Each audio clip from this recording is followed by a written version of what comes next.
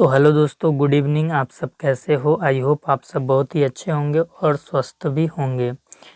जैसा कि आप लोग जानते हैं दोस्तों कि मेरा नाम है ब्रिजेश कुमार और आप लोग जिस यूट्यूब चैनल पर इस क्लास को अटेंड कर रहे हैं उस यूट्यूब चैनल का नाम है कोर्सेस पॉइंट। और यहाँ पर हम एमएड एंट्रेंस एग्ज़ाम की तैयारी कराते हैं और एमएड एंट्रेंस एग्ज़ाम में हम आपको सब्जेक्ट कॉम्पिटेंस पढ़ाते हैं, यानी कि जो बीएड से संबंधित आपके 100 क्वेश्चन आते हैं उसकी तैयारी हम आपको यहाँ पे कराते हैं। जैसा कि आप लोग जानते होंगे कि VBSPU वीर बहादुर सिंह पूर्वांचल यूनिवर्सिटी के जितने भी छात्र छात्राएं हैं जिन्होंने एमएड एंट्रेंस का फॉर्म भरा है उनका पेपर आपका 4 सितंबर को होना है और इसके लिए एडमिट कार्ड आपका 28 अगस्त से डाउनलोड होना शुरू हो जाएगा। एडमिट कार्ड आपका विश्वविद्यालय की वेबसाइट पे लिंक जारी किया जाएगा, वहीं से डाउनलोड होगा। अगर हम बात कर लें MGKVP वालों की, महात्मा गांधी काशी विद्यापीठ वालों की, यहाँ से जितने बच्चे एमएड एंट्रेंस का फॉर्म भरे हैं तो आपका एग्ज़ाम 10 अगस्त को कराया जा रहा है। 10 अगस्त को तीसरे शिफ्ट में होगा। 3 बजे से 5 बजे के बीच में। 3 बजे से 5 बजे के बीच में आपका एग्ज़ाम होना है। तो जितनी भी क्लासेस तब तक अपलोड हो रही हैं इस चैनल पर एमएड एंट्रेंस से संबंधित, उसको आप पढ़ते रहिए।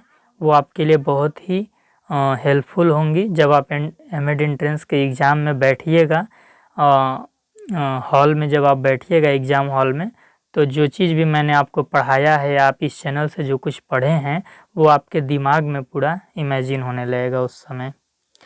ठीक है, तो चलिए आज का जो हमारा टॉपिक है eclectic approach to learning.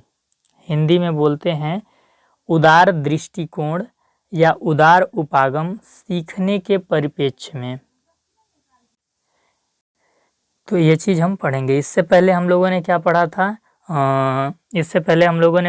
Behaviourism approach to learning, व्यवहारवाद परिप्रेक्ष्य व्यवहारवाद उपागम सीखने के परिप्रेक्ष्य में। और इसके बाद हम लोगों ने पढ़ा था कंस्ट्रक्टिविज्म अप्रोच टू लर्निंग, रचनावाद दृष्टिकोण सीखने के परिप्रेक्ष्य में। ये चीज़ें हमने पढ़ी थी। उसके बाद ये तीसरी क्लास है जिसमें हम लोग पढ़ रहे हैं इक्लेक्टिक अप्रोच टू लर्निंग, उदार दृष्टिकोण सीखने के परिप्रेक्ष्य में। अगर आप चैनल पे नए होंगे तो चैनल को प्लीज़ सब्सक्राइब कर लीजिएगा। वीडियो के डिस्क्रिप्शन में आपको टेलीग्राम चैनल का लिंक मिलेगा, तो आप टेलीग्राम चैनल को ज़रूर ज्वाइन कीजिएगा। टेलीग्राम चैनल आपके लिए बहुत ही महत्वपूर्ण है क्योंकि एग्ज़ाम से संबंधित जितनी भी नोटिफिकेशंस हैं या काउंसलिंग से रिलेटेड जितनी भी सूचनाएँ हैं आपको यहीं पर प्रोवाइड कराई जाती हैं। जितना आपके यूनिवर्सिटी से नोटिस जारी की जाती है मैं डायरेक्ट टेलीग्राम पर डाल देता हूँ, तो ये आपके लिए बहुत इम्पोर्टेंट है। साथ ही साथ आपको वीडियो के डिस्क्रिप्शन में व्हाट्सएप चैनल का लिंक मिल जाएगा, तो आप इसे ज़रूर ज्वाइन कीजिएगा। जो नोटिफिकेशन आप टेलीग्राम पे नहीं देख पाते हैं तो इसे मैं व्हाट्सएप चैनल पे भी सेंड करता हूं, तो आपका नोटिफिकेशन मिस नहीं होगा। और यहाँ पर हमारे फॉलोअर बहुत कम हैं, तो पर्सनली आपसे रिक्वेस्ट है कि आप अगर मुझे सपोर्ट करते हैं, इस चैनल को सपोर्ट करते हैं, तो आप व्हाट्सएप चैनल को ज्वाइन ज़रूर कीजिए। यहाँ पर हमारे फॉलोअर की संख्या को बढ़ाइए। चलिए आज की क्लास को स्टार्ट करते हैं। निगाहों में मंजिल साफ थी, बार बार गिरे मगर गिरकर संभलते रहे। निगाहों में मंजिल साफ थी, बार बार गिरे मगर गिरकर संभलते रहे। हवाओं ने कोशिश तो बहुत की मगर हम वो चिराग थे जो आंधियों में जलते रहे। हवाओं ने कोशिश तो बहुत की मगर हम वो चिराग थे जो आंधियों में भी जलते रहे। देखिए, कहने का तात्पर्य क्या है? निगाहों में मंजिल साफ थी। हमारा मंजिल क्या है? आपका मंजिल क्या है? एमएड की एक सरकारी सीट हासिल करना। कहाँ पे? यूनिवर्सिटी कैंपस के अंदर। बार बार गिरे मगर गिरकर संभलते रहे। जब तक आपका एग्ज़ाम हो नहीं जाता है तब तक आप के अंदर बहुत ही डिमोटिवेशन आएगा कि अभी नहीं पढ़ते हैं, छोड़ देते हैं, एग्ज़ाम से एक दिन पहले पढ़ लेंगे। बीएड में तो पढ़े ही हैं 2 साल, निकल जाएगा पेपर, सारा टॉपिक तो आता ही है। और ऐसा आप कुछ समय सोचेंगे, फिर आप जागरूक भी हो जाते हैं, फिर लगता है नहीं थोड़ा सा पढ़ लें। तो मंजिल आपकी क्या है? एमएड की एक सरकारी सीट पाना यूनिवर्सिटी कैंपस में। आप बार बार उदास होइएगा, निराश होइएगा, पढ़ने के लिए आपका मन विचलित हो जाएगा, लेकिन आपको हर हाल में पढ़ना है। मूड ऑफ हो तो भी पढ़ना है, कहीं से कोई दिक्कत आ गई तो भी पढ़ना है, क्योंकि आपको एक सरकारी सीट एमएड की पानी है। तो डायरेक्टली इनडायरेक्टली बहुत सारी चीज़ें आपको ये आपको प्रभावित करने का काम करेंगी कि आप न पढ़ें, लेकिन आपको पढ़ना है। तो हवाओं ने कोशिश तो बहुत की, मगर हम वो चिराग थे जो आंधियों में भी जलते रहे। तो परिस्थिति अच्छी हो बुरी हो कैसी भी हो, हमको मछली की आंख दिख रही है, यानी हमारी मंजिल दिख रही है कि एमएड की एक सीट हमें यूनिवर्सिटी कैंपस में पाना है। तो सर हम पढ़ते रहेंगे। चलिए, ये काम भी है विद्यार्थी का। तो आज की क्लास को स्टार्ट करते हैं। आज हम पढ़ने वाले हैं eclectic approach to learning. Eclectic word जब आपके सामने आ जाए तो आपको क्या समझना है यहाँ से? इक्लेक्टिक का अर्थ क्या होता है कि हमारे पास ऑप्शन क्या है? बहुत ज़्यादा हैं। क्या है? ऑप्शन प्लस में है। अगर हम किसी और अप्रोच को फॉलो कर रहे थे तो हमारे पास क्या थे? सीमित ऑप्शन थे। लेकिन अगर हम इक्लेक्टिक शब्द की बात कर रहे हैं तो हमारे पास ऑप्शन बहुत ज़्यादा हैं। इन ऑप्शन को हम प्रयोग में कैसे लाएंगे? तो सीखने के परिप्रेक्ष्य में हम पढ़ रहे हैं इक्लेक्टिक अप्रोच, लर्निंग के पर्सपेक्टिव में हम पढ़ रहे हैं। तो इक्लेक्टिक अप्रोच को क्लास में इम्प्लीमेंट करके बच्चों को हम कैसे सिखा सकते हैं? जो विषय वस्तु हम बच्चों को पढ़ाने वाले हैं, जो कंटेंट हम बच्चों को पढ़ाने वाले हैं, अगर हम इक्लेक्टिक अप्रोच से पढ़ाते हैं तो बच्चे कैसे अच्छे से सीखेंगे? तो देखिए, मैंने क्या बोला कि इक्लेक्टिक शब्द जहाँ पे आ जाए आपके पास ऑप्शन बहुत ज़्यादा आता है। जैसे कि इससे पहले हमने आपको पढ़ाया था बिहेवियरिज्म, यानी कि व्यवहारवाद हमने आपको पढ़ाया था। क्या पढ़ाया था? व्यवहारवाद हमने आपको पढ़ाया था। तो व्यवहारवाद में हमने आपको क्या बताया था कि हम कैसे सिखाते हैं? अनुबंधन करके सिखाते हैं। अनुबंधन किससे करते हैं? उसको हम पुनर्बलन देते हैं। क्या करते हैं? पुनर्बलन देते हैं। कोई पुरस्कार देके उसको हम सिखाने का कोई चीज़ कोशिश करते हैं। अभ्यास कराते हैं। तो ये अभ्यास कराना, अनुबंधन करा के सिखाना, पुनर्बलन दे के सिखाना, पुरस्कार दे के सिखाना, दंड दे के सिखाना, ये सब हमने व्यवहारवाद में सिखाने के लिए तरीके बताए थे कि बच्चों को इस तरीके से हम सिखा सकते हैं। इसके बाद हमने आपको क्या पढ़ाया था? इसके बाद हमने आपको पढ़ाया था रचनावाद, जिसको हम इंग्लिश में क्या बोलते हैं? कंस्ट्रक्टिविज्म। रचनावाद में हमने क्या पढ़ाया था कि बच्चों को नॉलेज को, ज्ञान का रचना करने के लिए सिखाना है। बच्चों को हम डायरेक्ट सीधे सीधे कोई भी चीज़ रटवाएंगे नहीं, कोई भी चीज़ उसको उसके दिमाग में ठूसने का कोशिश नहीं करेंगे, भरने का कोशिश नहीं करेंगे। हम नॉलेज को कंस्ट्रक्ट करने के लिए सिखाएंगे। और नॉलेज को कंस्ट्रक्ट वो कैसे करेगा? उसका जो अनुभव है वो अनुभव के माध्यम से ज्ञान का निर्माण करेगा। Reorganisation and reconstruction of experiences, अनुभव को रिकंस्ट्रक्ट करके, रीऑर्गेनाइज करके वो नॉलेज को क्या करेगा? बिल्डअप करेगा। इसमें हमने आपको बताया था कि बच्चे को हमें करके सीखने का मौका देना है। प्रोजेक्ट मेथड से हमें पढ़ाना होगा, करके सिखाना है बच्चों को। इसके बाद इसमें जो शिक्षक है वो क्या रहेगा? यम के ओ रहेगा, मोर नॉलेजेबल अदर रहेगा, कि जब तक बच्चा सीख नहीं जाता है तब तक उसको एक सपोर्ट प्रदान करना है कि बच्चा किसी चीज़ को सीख जाए पूरे तरीके से। और जैसे ही वो सीख जाता है तो हम उससे अपना सपोर्ट क्या करेंगे? वापस छीन लेंगे। तो हमने आपको दो दृष्टिकोण पढ़ाया था। पहले पढ़ाया था क्या कि व्यवहारवाद। व्यवहारवाद में हमने बताया कि रीइंफोर्समेंट हो गया, रिवॉर्ड हो गया, कंडीशनिंग हो गया, इन सब के थ्रू हम बच्चों को लर्निंग करा रहे हैं। फिर हमने आपको रचनावाद, कंस्ट्रक्टिविज्म पढ़ाया। कंस्ट्रक्टिविज्म में हमने आपको बताया कि एक्सपीरियंशियल लर्निंग करानी है, यानी कि अनुभव के माध्यम से बच्चा ज्ञान का निर्माण करेगा। करके बच्चे को हमें सीखने का मौका देना है। टीचर जो है मोर नॉलेजेबल अदर रहेगा। लेकिन आज हम क्या पढ़ रहे हैं? आज हम पढ़ रहे हैं इक्लेक्टिक अप्रोच। इक्लेक्टिक अप्रोच का मतलब होता है उदार दृष्टिकोण। तो अगर इस दृष्टिकोण के साथ हम बच्चों को कुछ सिखाना चाह रहे हैं कक्षा में तो कैसे सिखाएंगे। इसके उदार का मतलब क्या है कि हमारे पास अब जितने भी ऑप्शन है, जो हमने बिहेवियरिज्म में पढ़े थे, जो हमने कंस्ट्रक्टिविज्म में पढ़े थे, उन सबको यहाँ पे हम यूज कर सकते हैं। यानी कि जितने भी मेथड हैं सिखाने के, जितने भी तरीके हैं सिखाने के, जितने भी साधन हैं सिखाने के, सबको हम यहाँ पे यूज कर सकते हैं। सबका एक ग्रुप बना के, सबका एक समूह बना के यहाँ पे हम यूज कर सकते हैं। सीखने के जितने तरीके हैं उन तरीकों का हम क्या बनाएंगे, समूह बनाएंगे, और उन तरीकों का समूह बना के बच्चों को कक्षा में सिखाने की कोशिश करेंगे। एग्जाम्पल के लिए आप ऐसे समझ सकते हैं कि जैसे हम एक कक्षा में एक टीचर है जो पढ़ा रहा है बच्चों को, तो वो कंडीशनिंग के थ्रू भी सिखा सकता है। फिर उसके बाद वो क्या करेगा, उसे लर्निंग बाय डूइंग का भी मौका दे देगा, उसके थ्रू भी उसको सिखा देगा।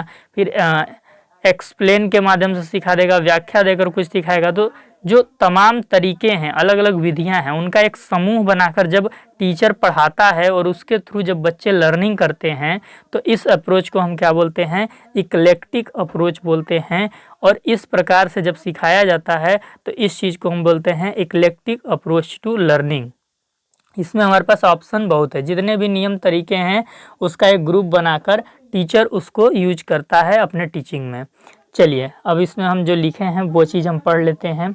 यह उपागम एक प्रकार का क्या है, उपागम है। इक्लेक्टिक क्या है, एक प्रकार का उपागम है, जिसको हम कहाँ पे यूज करते हैं, टीचिंग लर्निंग प्रोसेस में यूज करते हैं। कहाँ पे यूज करते हैं जी, टीचिंग लर्निंग प्रोसेस में हम इसको यूज करते हैं। टीचिंग लर्निंग प्रोसेस में हम यूज करते हैं। शिक्षण अधिगम प्रक्रिया में इसको हम यूज करते हैं। इससे बालक अधिगम कर सकते हैं अपने तरीके से, और शिक्षक क्या करता है, इस माध्यम से टीचिंग कराता है, जिससे कि बच्चे अच्छा अधिगम कर सकें। अभी इसको यूज क्यों किया जाता है, कैसे किया जाता है, सारी चीज़ें हम इसके लाभ हानि सब पढ़ेंगे। ठीक है, यहाँ से CUET PG एमएड एंट्रेंस हो या फिर आपका BB SPU हो, MJ KVP हो, बहुत ज़्यादा क्वेश्चन तो नहीं आते हैं, एक आध क्वेश्चन आ सकते हैं बाय द वे, लेकिन इम्पोर्टेंट टॉपिक है, हमें पढ़ना चाहिए। अगर हमें सारे अप्रोच दृष्टिकोणों को समझना है कि शिक्षण अधिगम प्रक्रिया में कौन कौन से उपागम को हम यूज करके बच्चों को अधिक से अधिक अधिगम करा सकते हैं, तो इस दृष्टिकोण से हमें इस चीज़ को पढ़ना चाहिए। ठीक है, चलिए देखिए, यह उपागम शिक्षक को कक्षा में शिक्षण अधिगम हेतु शिक्षण पद्धतियों व सिद्धांतों के समूह का उपयोग करने की अनुमति देता है। जो ये उपागम है ये शिक्षक को कक्षा में, यानी कि जो टीचर है उसको क्लास में शिक्षण अधिगम हेतु, कि वो अपना शिक्षण अच्छे से कर सके और बच्चे अपना अधिगम अच्छे से कर सके, इस हेतु शिक्षण पद्धतियों, यानी जितनी भी टीचिंग मेथड हैं व जितने भी टीचिंग प्रिंसिपल हैं, उनका एक समूह बनाकर उपयोग कर सके कक्षा में। जैसे कि टीचर को एक पीरियड 1 घंटी पढ़ाना है जाके क्लास में, तो वो अपने क्लास में क्या करता है, 2-3 शिक्षण पद्धतियों का एक प्रकरण को पढ़ाने के लिए यूज करता है, और वो 2-3 शिक्षण पद्धतियों को क्रमानुसार प्रयोग करता है अपने कक्षा में। और वो क्रम कैसे व्यवस्थित करता है, अपने विद्यार्थियों की प्रकृति देख कर कि वो कैसे जल्दी समझते हैं, प्रकरण का जो उद्देश्य है, जो वो कंटेंट, जो वो टॉपिक पढ़ाने वाला है, टॉपिक का ऑब्जेक्टिव क्या है, ऑब्जेक्टिव और लर्नर का नेचर, दोनों के आधार पे वो ये तय करता है कि हम कितने टीचिंग मेथड का यूज करेंगे और किस क्रम में करेंगे। तो जब 1 घंटी में पढ़ाने के लिए टीचर द्वारा कई टीचिंग मेथड का ग्रुप में प्रयोग किया जाता है, तो इस अप्रोच को हम क्या बोलते हैं, इक्लेक्टिक अप्रोच बोलते हैं। ये जो उपागम होता है, शिक्षक को कक्षा में शिक्षण अधिगम हेतु शिक्षण पद्धतियों व सिद्धांतों के समूह का उपयोग करने की अनुमति देता है, कि आप कई टीचिंग मेथड को एक समूह में यूज कर सकते हैं अपने टीचिंग के दौरान, कई टीचिंग प्रिंसिपल को समूह में अपने टीचिंग के दौरान आप यूज कर सकते हैं। चलिए यहाँ पे हम थोड़ा सा और आगे देखते हैं। आगे हम क्या देखेंगे कि जो शिक्षण कार्य होता है, इस अप्रोच से यदि हम पढ़ा रहे हैं तो जो टीचिंग है हमारा, उसमें लचीलापन होता है। लचीलापन कैसे होता है कि हम कोई भी टीचिंग मेथड यूज कर सकते हैं, उसमें कोई भी शिक्षण विधि का प्रयोग कर सकते हैं, कोई भी शिक्षण सहायक सामग्री का प्रयोग कर सकते हैं। तो जो हमारा शिक्षण होता है वो लचीला होता है, यानी बहुत रिजिड नहीं होता है कि हम व्याख्या दे रहे हैं तो व्याख्या के ही माध्यम से पूरा घंटी पढ़ा देंगे, ऐसा नहीं है। जहाँ पे जो हमें ज़रूरत लग रहा है तो उसका हम वैसे यूज कर लेते हैं। एक पीरियड में एक टॉपिक को कई शिक्षण विधियों का प्रयोग करके पढ़ाया जाता है तो उसको हम बोलते हैं कि वहाँ पे इक्लेक्टिक अप्रोच फॉलो हो रहा है। जैसे कि अगर आप एक उदाहरण समझना चाहें तो उदाहरण आप समझ सकते हैं कि जैसे हमें बच्चों को एक क्लास में मौलिक अधिकार पढ़ाना है, फंडामेंटल राइट्स पढ़ाना है, तो हम मौलिक अधिकार कितने होते हैं, 6 होते हैं आपके। तो उसमें से समानता का अधिकार जो है वो व्याख्यान विधि से शिक्षक पढ़ाता है। स्टार्टिंग में वो कक्षा में जाता है और व्याख्यान विधि से समानता का अधिकार पढ़ाता है और फिर क्या होता है 20 मिनट उसका ख़त्म हो जाता है। बचता कितना है 20 मिनट, 40 मिनट की पीरियड होती है। तो पहले के 20 मिनट में वो क्या पढ़ाता है, समानता का अधिकार पढ़ाता है व्याख्यान विधि से। अब दूसरे वाले 20 मिनट में वो क्या करता है, शिक्षा का अधिकार योजना विधि यानी प्रोजेक्ट मेथड से पढ़ाने का कार्य करता है। वो बच्चों को कोई योजना देगा शिक्षा के अधिकार से संबंधित और उस पर वो उन लोगों को वर्क करने के लिए देगा। तो इस प्रकार से जब एक प्रकरण को कई टीचिंग मेथड से पढ़ाया जाता है कक्षा के अंदर तो हम क्या बोलते हैं, इक्लेक्टिक अप्रोच यहाँ पे फॉलो हो रहा है। समानता का अधिकार टीचर ने व्याख्यान विधि से क्यों समझा दिया, क्यों पढ़ा दिया, हो सकता है समानता का अधिकार समझाना आसान था, बच्चे उसको आसानी से समझ सकते थे, तो उसने क्या किया, व्याख्यान विधि से पढ़ा दिया। अब क्या होता है कि क्लास के लास्ट में होमवर्क भी बच्चों को देना होता है और जो शिक्षा का अधिकार था थोड़ा इम्पोर्टेंट है, इसको समझाना थोड़ा कठिन है, तो क्या किया कि होमवर्क भी नहीं देना पड़ेगा तो योजना विधि से काम करने के लिए बोल दिया। आधा काम लोग क्लास में ही कर लेंगे शिक्षक से पूछ पूछ के और फिर घर जाएंगे, वहाँ पे बचा हुआ काम को पूरा करके नेक्स्ट डे लाएंगे। तो लर्निंग अच्छी हुई कि नहीं हुई। तो इस प्रकार से लर्निंग कराने के लिए इक्लेक्टिक अप्रोच को क्लास में इम्प्लीमेंट किया जाता है।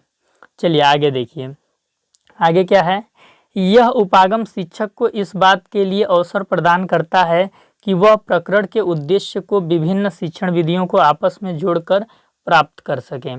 देखिए कोई प्रकरण है और हम चाहते हैं, कोई टॉपिक है, हम चाहते हैं कि इसका जो उद्देश्य है उसको हम अच्छे से प्राप्त कर लें। जैसे कि हम आपको एक एग्जांपल दे देते हैं, बीएड में ही हम बीएड में आपको माइक्रो टीचिंग पढ़ाने वाले हैं। तो हम चाहते हैं कि माइक्रो टीचिंग आपको ऐसा समझा दें, ऐसा पढ़ा दें कि जब आप 3rd सेमेस्टर में जाएं बीएड के और जब आपको लेसन प्लान 40 मिनट का पढ़ाना हो तो उसमें कोई कहीं दिक्कत ना हो, आपको 8 स्किल इस प्रकार से हम 2nd सेमेस्टर में सिखा दें। तो इस उद्देश्य को पूरा करने के लिए में क्या होगा, माइक्रो टीचिंग आपको बेहतर वे में पढ़ाना होगा। माइक्रो टीचिंग पे आधारित आगे हम आपको थ्योरी पढ़ाएंगे, फिर पीपीटी हम आपको सेमिनार हॉल में ले जाके अच्छे से दिखाएंगे, समझाएंगे, देन हम आपको माइक्रो टीचिंग की क्लासेस फिर चालू करवाएंगे, मतलब माइक्रो टीचिंग का जो प्रैक्टिस होता है उसको चालू करवाएंगे। तो कई वे में आगे हमने आपको थ्योरी पढ़ा दिया व्याख्यान विधि से, फिर उसके बाद हमने आपको पीपीटी ले जाके पढ़ाया, तो ऑडियो विजुअल मेथड मान लीजिए उसको, चाहे फिर प्रदर्शन विधि मान लीजिए, जो भी विधि, तो कई विधि से हमने आपको इसलिए पढ़वाया ताकि ये जो हमारा उद्देश्य था कि 40 मिनट का जो 3rd सेमेस्टर में आपका लेसन प्लान पढ़ाना होता है उसमें आपको दिक्कत ना आए। आपका बेस हमने क्या किया, यहाँ पे मजबूत करने का काम किया। तो आपको समझना है कि टॉपिक का जब उद्देश्य जो है व्यापक होता है तो हम इक्लेक्टिक अप्रोच को क्लास में इम्प्लीमेंट करने का काम करते हैं। ठीक है, क्योंकि देखिए जब टॉपिक का उद्देश्य बहुत आसान है, उसको आसानी से प्राप्त किया जा सकता है, तो व्याख्यान विधि से हम नहीं पढ़ा देंगे। टॉपिक कठिन हो, डिफिकल्ट हो, जटिल हो तो हम अनेक विधियों का प्रयोग करते हैं। यह उपागम विषय वस्तु व शिक्षण अधिगम को रुचिकर व अधिगम की संभावना को बढ़ाने का कार्य करता है। अब देखिए क्लास में एक शिक्षक जा रहा है, वो खाली व्याख्यान विधि से पढ़ाएगा, बोलते जाएगा, बस बच्चे निष्क्रिय श्रोता बन के सुनते रहेंगे, तो अधिगम ज़्यादा होगा क्या? अधिगम बिल्कुल बात है कम होगा। लेकिन वहीं पे क्या कर रहा है टीचर, आगे थोड़ा सा व्याख्यान दिया, फिर प्रदर्शन विधि का प्रयोग करके वो चीज़ प्रत्यक्ष रूप से दिखा दिया। जैसे महात्मा गांधी के बारे में हम पढ़ा रहे थे, हमने बताया कि महात्मा गांधी स्वतंत्रता सेनानी थे, प्रमुख राजनीतिक नेता थे, फिर हमने प्रदर्शन विधि का यूज किया, महात्मा गांधी की एक तस्वीर दिखा दी, तो तस्वीर दिखा दी। फिर इसके बाद हमने योजना विधि को भी वहाँ पे अप्लाई कर दिया। हमने बोला महात्मा गांधी के बारे में आप लोग 10 लाइन लिख के दिखाइए, एक छोटा सा प्रोजेक्ट बना के तुरंत दिखाइए एक पेज फाड़ के। तो क्या हुआ, यहाँ पे हमने बच्चों को कई अवसर दे दिया सीखने के लिए, तो बच्चे इस अप्रोच में ज़्यादा लर्निंग कर पाते हैं, किसकी अपेक्षा, जब हम एक विधि से पढ़ाते हैं उसकी अपेक्षा।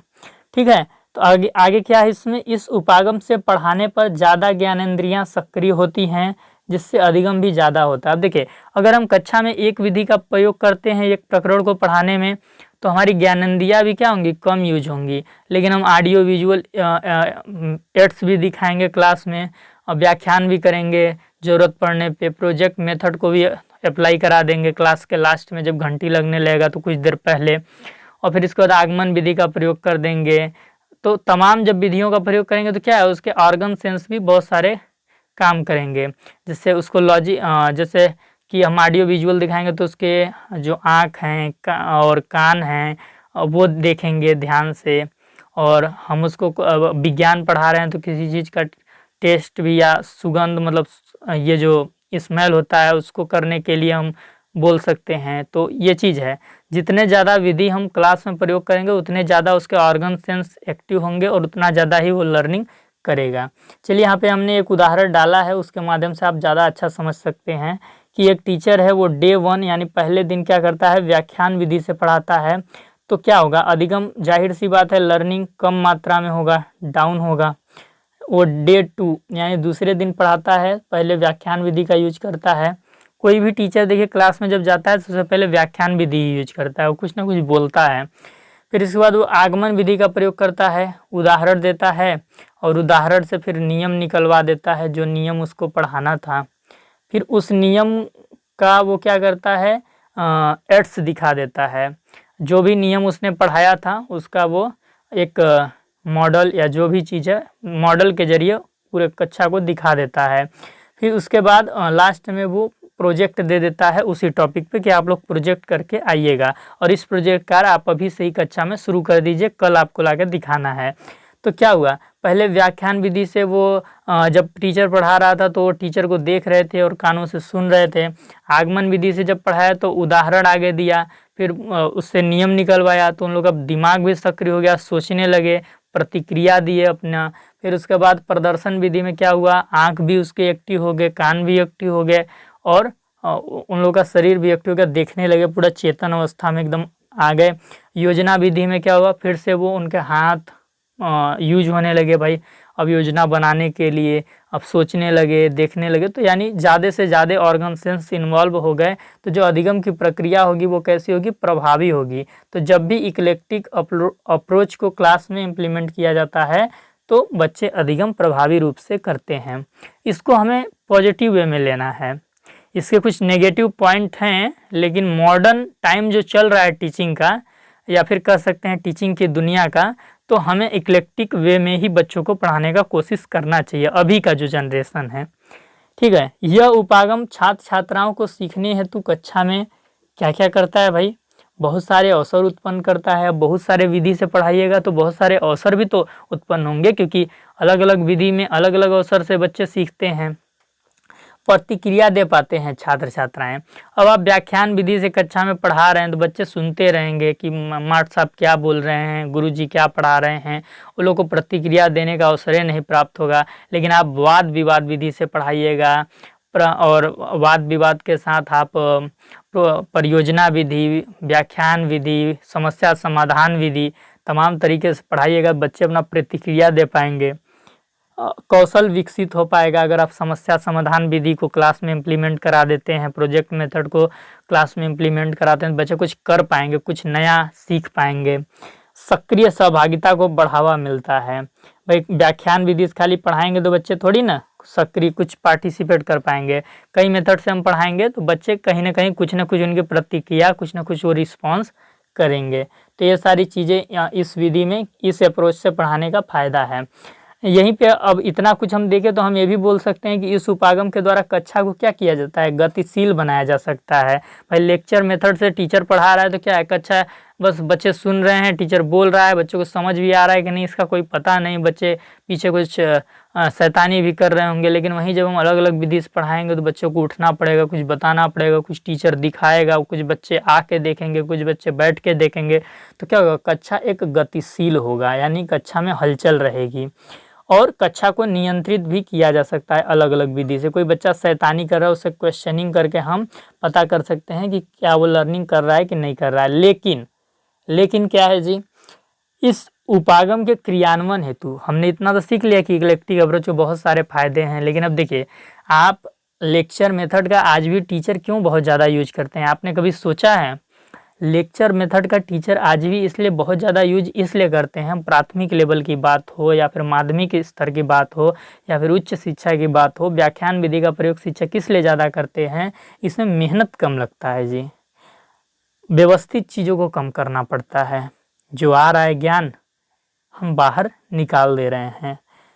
तो अगर हम इक्लेक्टिक अप्रोच को इम्प्लीमेंट करना चाहते हैं तो पहले तो शिक्षक क्या होना चाहिए, ट्रेंड होना चाहिए, प्रशिक्षित होना चाहिए, कैपेबल होना चाहिए, योग्य होना चाहिए।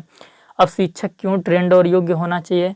इसलिए ट्रेंड और योग्य होना चाहिए क्योंकि भाई देखिए, क्लास में जब एक विधि से पढ़ाना है तो एक विधि का ज्ञान तो तमाम टीचरों को होता है, लेकिन आप चाह रहे हैं कि क्लास में 1 घंटे 3, 4, 5 मेथड से हम पढ़ाएं, अलग अलग मेथड से, तो टीचर को इन पांचों विधियों का ज्ञान भी तो होना चाहिए। अब उसी टीचर को 5-6 विधि या तमाम विधियों का ज्ञान होगा जो टीचर योग्य होगा, प्रशिक्षित होगा।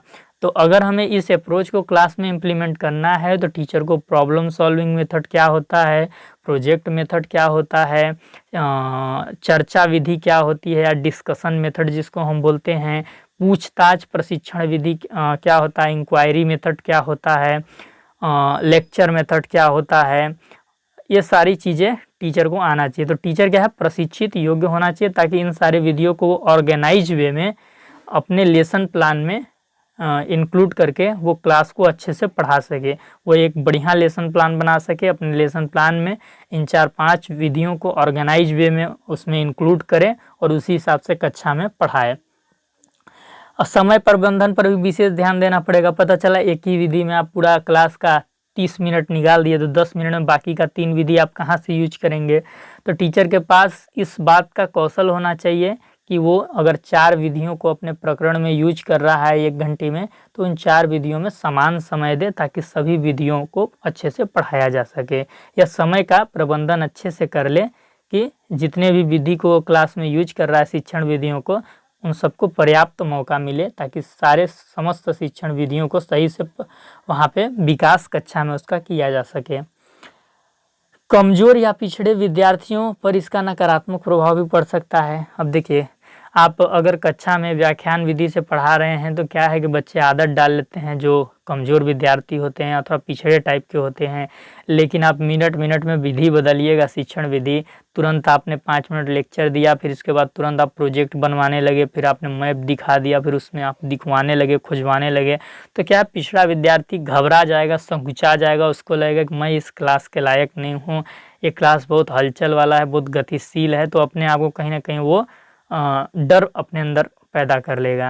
तो इक्लेक्टिक अप्रोच का एक नुकसान ये भी है कि जो पिछड़े और कमज़ोर विद्यार्थी हैं इससे डर जाते हैं कि ये क्लास थोड़ा हायर लेवल का है, शायद हम इसमें एडजस्ट नहीं कर पाएंगे। तो इसके लिए भी टीचरों को उपाय निकालना पड़ेगा। इस अवस्था में क्या किया जा सकता है, आप कमेंट बॉक्स में लिखिए। अगर आपके अंदर इतनी थिंकिंग है और अगर आप इतना सोच पाते हैं तो बताइए कि कमज़ोर और जो पिछड़े विद्यार्थी हैं इस अवस्था में जो डर जाते हैं कि इतना गतिशील कक्षा में हम अपना समायोजन नहीं कर पाएंगे, तो इसके लिए टीचर को क्या करना चाहिए कक्षा में, बताइए। चलिए आइए हम इक्लेक्टिक शब्द का थोड़ा सा इतिहास देख लेते हैं। अब इक्लेक्टिक शब्द ग्रीक शब्द से इसकी उत्पत्ति हुई है। ग्रीक कौन सा शब्द है? तो इक्लेजिन बोलते हैं या इक्लेगिन बोलते हैं। हिंदी में आप इक्लेगिन बोल सकते हैं और आप इंग्लिश में इलेजिन या इक्लेजिन बोल सकते हैं, जिसका अर्थ क्या होता है? विभिन्न स्रोतों से चीज़ें प्राप्त करना, कि वेरियस सोर्स से हम तमाम चीज़ें उठाएंगे, तमाम टूल्स उठाएंगे और उनको ग्रुप में करके ऑर्गेनाइज करके हम कहीं पे यूज कर देंगे। यही चीज़ हमने आपको पढ़ाया भी है। तो शब्द में ही इसका अर्थ छुपा है और अर्थ से ही इसका हमें क्या करना है, थ्योरी बनाना है। इक्लेक्टिक जो वर्ड है इसकी उत्पत्ति 17वीं शताब्दी में हुई है, 17th सेंचुरी में हुई है। इलेजिन के ग्रीक वर्ड से हुई है, जिसका अर्थ होता है पिक आउट, बाहर निकालना। बहुत सारी चीज़ें हैं, ए है, बी है, सी है, तो इसमें से हम कुछ चीज़ें चुन लेंगे और उनको बाहर निकाल के ग्रुप में बना के हम यूज करेंगे। इसमें इक का अर्थ होता है आउट और लेज का अर्थ होता है चूज, तो यानी चुनना। कई सारी चीज़ें हैं, उनको चुन के ऑर्गेनाइज वे में हम यूज करेंगे। आगे क्या है, इस अप्रोच को भाषा शिक्षण हेतु ज़्यादा प्रभावी माना जाता है। किसी भाषा का शिक्षण करना हो, हिंदी, इंग्लिश, उर्दू, फारसी, संस्कृत, तो हम इस अप्रोच को वहाँ पे इम्प्लीमेंट कर सकते हैं। क्यों? क्योंकि जब हमें किसी बच्चे को भाषा सिखाना होता है तो क्या करते हैं, पहले हम उससे वाचन कराते हैं, फिर उसको हम लिखने के लिए दे सकते हैं, वाक्य बनाने के लिए दे सकते हैं, फिर उस पर हम लेख लिखवा सकते हैं। तो अलग अलग विधि 1 घंटे में हम बहुत सारा यूज कर सकते हैं। कि पहले हमने थोड़ा सा वाचन करा लिया, फिर वाक्य में बनाने के लिए कुछ दे दिया, फिर शब्दार्थ कुछ पूछ लिए, फिर इसके बाद कुछ लेख लिखवा लिया। तो ये सारी चीज़ें हम तमाम चीज़ें कर सकते हैं। तो भाषा शिक्षण में इस अप्रोच को इम्प्लीमेंट करना आसान रहता है। लेकिन आप चाह रहे हैं कि विषय वस्तु में करें, किसी टॉपिक को पढ़ाने के लिए थोड़ा कठिन होगा, तो वहाँ पे आपको टीचर बहुत ही एक्सपर्ट होना चाहिए। ठीक ना, ये चीज़ को आप ध्यान रखिएगा। चलिए आगे देखते हैं। इस उपागम के अंतर्गत शिक्षण विधियों का चयन पाठ के उद्देश्य व विद्यार्थियों के समूह पर निर्भर करता है। ये चीज़ हमने आपको स्टार्टिंग में ही बता दिया कि अगर आपको इक्लेक्टिक अप्रोच को इम्प्लीमेंट क्लास में करना है तो आप क्या करेंगे, अपने टॉपिक का ऑब्जेक्टिव देखेंगे। अगर वो कॉम्प्रिहेंसिव ऑब्जेक्टिव है टॉपिक का तो आप इस अप्रोच को अप्लाई कीजिए। और लर्नर का नेचर आप देख लीजिए कि लर्नर का नेचर क्या है। बहुत ही कह सकते हैं सुपीरियर टाइप के लर्नर हैं या फिर लर्नर एवरेज हैं ज़्यादा, तो आप इस अप्रोच को फॉलो कीजिए। और अगर लर्नर पिछड़े भी हैं तो आप यूज कर सकते हैं, लेकिन आपको ये देखना होगा कि मतलब एक समान गति में आप शिक्षण विधियों का बदलाव करेंगे। ठीक है, और ज़्यादा शिक्षण विधियाँ फिर आप नहीं यूज कीजिएगा, नहीं तो बच्चा क्या होगा, कन्फ्यूज भी हो जाएगा। ये चीज़ है। उदार उपागम में सीखने को समयानुसार व विधि के अनुसार सक्रिय अधिगम भी इसमें होता है, निष्क्रिय अधिगम भी होता है और ग्रहणशील प्रक्रिया माना जाता है। क्योंकि देखिए उदार उपागम में क्या है कि हम कोई भी विधि यूज कर सकते हैं, कोई भी शिक्षण विधि यूज कर सकते हैं। तो अगर हम जैसे प्रोजेक्ट मेथड यूज कर रहे हैं तो सक्रिय अधिगम हो जाएगा, अगर व्याख्यान विधि कर रहे हैं तो निष्क्रिय अधिगम होगा। वहीं पे अगर हम अनुकरण विधि, अनुसरण विधि कर रहे हैं तो ग्रहणशील प्रक्रिया माना जाएगा। तो इस तरीके से है, यानी कि इसमें समयानुसार जैसा छात्रों के हित में है वैसा हम चीज़ें यूज करते हैं और उसी के प्रकार से अधिगम होता है। लेकिन इसमें अधिगम की संभावना अत्यधिक होती है। शिक्षक को ज्ञान का डिस्पेंसर माना जाता है। डिस्पेंसर मतलब बनाने वाला, कि जैसे हमारा जो कंटेंट है, जो विषय वस्तु है, उसको किस वे में प्रेजेंट करना है क्लास में, इसका निर्माता शिक्षक होता है। इसका जो डिसाइड करता है वो शिक्षक होता है। वो अपने अनुसार कंटेंट को क्लास में रिप्रेजेंट करने का काम करता है। जो छात्रों को व्याख्यान के माध्यम से कभी सिखाता है, कभी पाठ्य पुस्तक में लिखी हुई चीज़ों के माध्यम से कुछ सिखाने का प्रयास करना है, लिखित परीक्षा भी लेता है, के माध्यम से ज्ञान का वितरण करता है। तो अलग अलग विधियों, अलग अलग गतिविधियों, साधन, सब कुछ इसमें लेना है। इक्लेक्टिक अप्रोच मतलब ये नहीं कि खाली टीचिंग मेथड जो अलग अलग हम लिए उसको ग्रुपिंग कर दिए, ग्रुप्ड कर दिए और ऑर्गेनाइज करके हम पढ़ा रहे हैं, ऐसा नहीं है। जितने पढ़ाने के दौरान हम साधन यूज करते हैं, जितने गतिविधियां हम कराते हैं, जितने शिक्षण विधियों का प्रयोग करते हैं, तो सबको जब हम एक ग्रुप बनाकर उनका ऑर्गेनाइज वे में क्लास में जब प्रदर्शन करते हैं, उसका विकास करते हैं, तो सारी चीज़ें हमारी इक्लेक्टिक अप्रोच के अंतर्गत आ जाएगी। ठीक है, चलिए आगे देखिए। इस दृष्टिकोण में महत्वपूर्ण सोच, कौशल विकास और रचनात्मकता पर कम जोर दिया जाता है। लागू करने में सरल होने के कारण यह दृष्टिकोण कभी कभी छात्रों को निष्क्रिय सीखने के ढर्रे में फंसा सकता है और गहन समझ हासिल करने में बाधा बन सकता है। देखिए क्या है कि देखिए अगर आप एक 40 मिनट का पीरियड पढ़ा रहे हैं और उसमें आप व्याख्यान भी देते हैं, समस्या समाधान भी कराते हैं, प्रोजेक्ट मेथड भी करा देते हैं, या इंक्वायरी मेथड को अप्लाई करते हैं, चर्चा करा देते हैं, तो क्या होगा, बच्चा थोड़ा थोड़ा सब में इन्वॉल्व हो जाएगा और किसी चीज़ को पूर्णतः रूप से नहीं सीख पाएगा। या किसी भी दृष्टिकोण का पूर्णतः उसके अंदर विकास नहीं हो पाएगा, सोच का, कौशल का।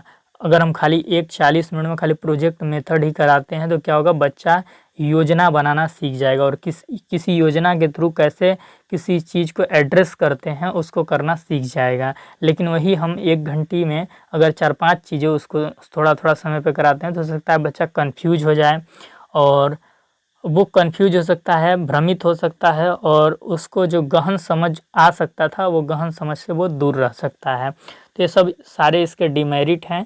तो इक्लेक्टिक अप्रोच से आज हमें यही सीखना है कि जो हम टीचिंग करते हैं तो टीचिंग के दौरान जितने भी हम साधन यूज करते हैं, जितने भी हम गतिविधियाँ यूज करते हैं या कराते हैं, जो भी हमने एक्टिविटीज़ प्लान की होती हैं लर्निंग के लिए और जितने भी टीचिंग मेथड का हम प्रयोग कर रहे होते हैं, जितने भी सामग्रियों का प्रयोग कर रहे होते हैं, तो तमाम इन चीज़ों का हम जब एक समूह बनाते हैं और कैसा समूह,